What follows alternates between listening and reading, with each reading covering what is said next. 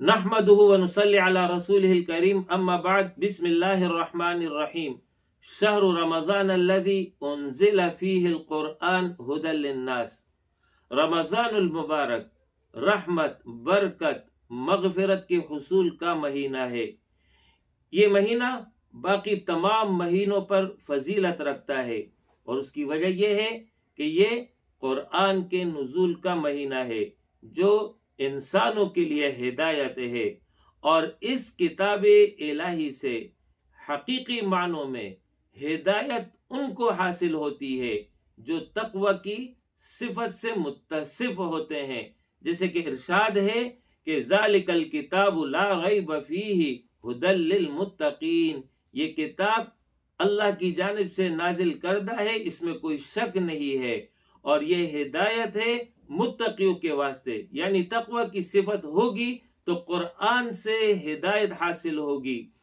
تقوی کے لیے سب سے اہم ذریعہ وہ روزہ ہے، جیسے کہ ارشاد ہے لعلکم تتقون، تم پر روزے فرض کیے گئے تاکہ تم میں تقوی کی صفت پیدا ہو۔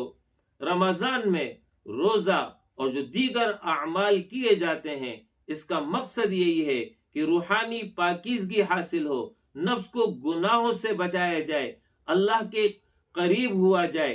یہ تمام اعمال بالخصوص روزہ صبر اور برداشت کی صفت بندہ مؤمن میں پیدا کر دیتا ہے۔ بھوک، پیاس اور نفسانی خواہش پر قابو پانے کی تربیت حاصل ہوتی ہے کہ جب بندہ مؤمن بھوکا ہو، پیاسا ہو، تو وہ حرام غذا کو استعمال نہ کرے، تکلیف برداشت کر لے۔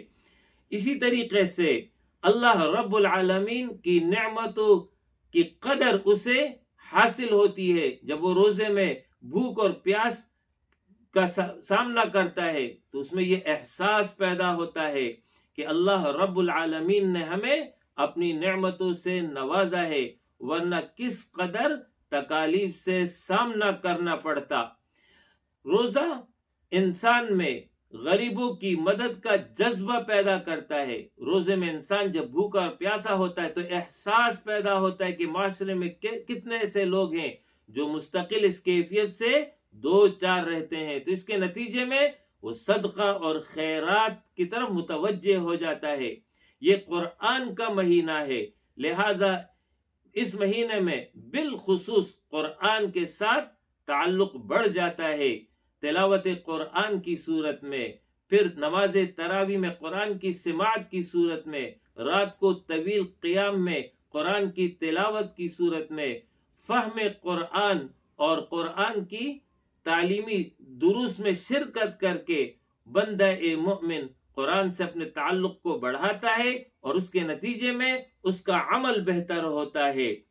رمضان در حقیقت قرب الہی کا مہینہ ہے۔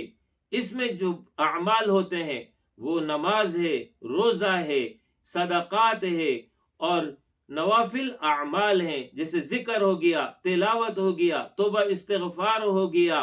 ان تمام اعمال کے نتیجے میں وہ قرب الہی اور محبوبیت الہی کو حاصل کر لیتا ہے۔